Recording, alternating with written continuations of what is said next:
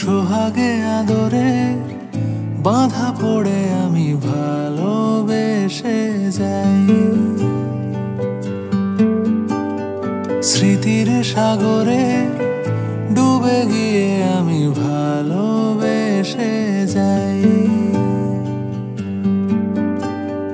ভ্রমণের শেষে ফিরে এসো তুমি আগের মতো। কেউ বসে আছে তোমার অপেক্ষা।